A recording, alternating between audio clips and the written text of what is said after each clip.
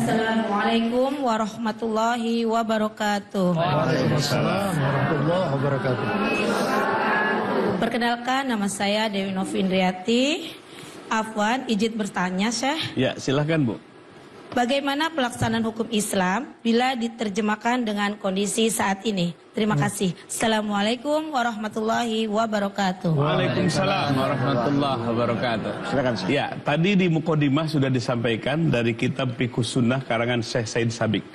Jadi ajaran agama itu ada yang bertahan, tetap, Sabit. yang sabit. Nah, akidah dan ibadah. Tapi kaitan muamalah, kaitan aspek hukum, sosial, Berkembang. budaya, termasuk ekonomi itu terus berkembang. Berkembang tanpa henti. Ya. Nah, kaitan hukum pun sama.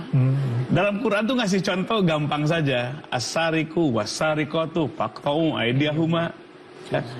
Kalau ada laki-laki pencuri, perempuan pencuri, potonglah tangannya, kan sederhana dulu. Nggak harus dipenjarakan, nggak harus ada pengadilan seperti sekarang, ada panitera segala macam, lawyer segala macam, ya, sederhana sekali. Intinya apa?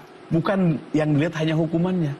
Kalau nggak motong tangan, nggak berhukum Islam, kafir, gitu kan?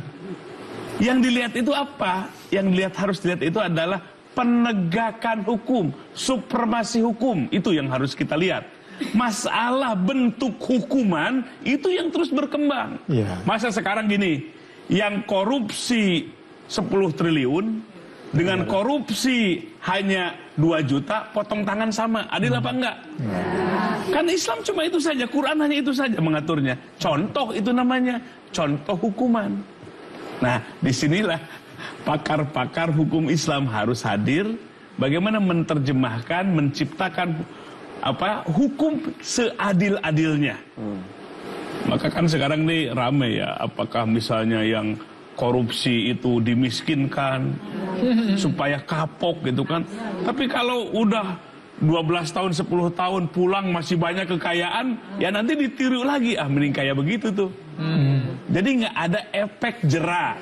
Nah, jadi hukum yang dilihat dalam Islam, jangan lihat hanya potong tangannya, tapi Islam memperhatikan supremasi hukum, harus ditegakkan hukum. Sabda Nabi pun, seandainya tadi Fatimah, ya, putri Muhammad mencuri, aku yang akan memotong tangannya. Yang dia itu semangat nabinya, semangat Quran, ruh Quran, prinsip Quran dan sunnah Nabi yang mendorong penegakan hukum. Masalah bentuk hukuman ini yang terus bergerak. Bisa dipenjara, bisa dimiskinkan, atau bisa juga dikisos. Udahlah, kalau korupsinya gede, terbukti, mending hukum mati saja, ya. Betul nggak? Jerak nggak? Setuju apa enggak ini? Katanya sayang bukan anggota DPR. Jadi iya, kita ini sudah bayangkan negeri ini. Kalau dari top sampai down, dari atas ke bawah, rame-rame berjamaah, apanya? Bukan sholatnya, korupsinya. Gimana nasib bangsa ini? Bagaimana anak-anak masa depan kita? Kalau bangsa dan negara ini tidak menegakkan supremasi hukum. Nah, maka jadi yang harus dilihat itu apa?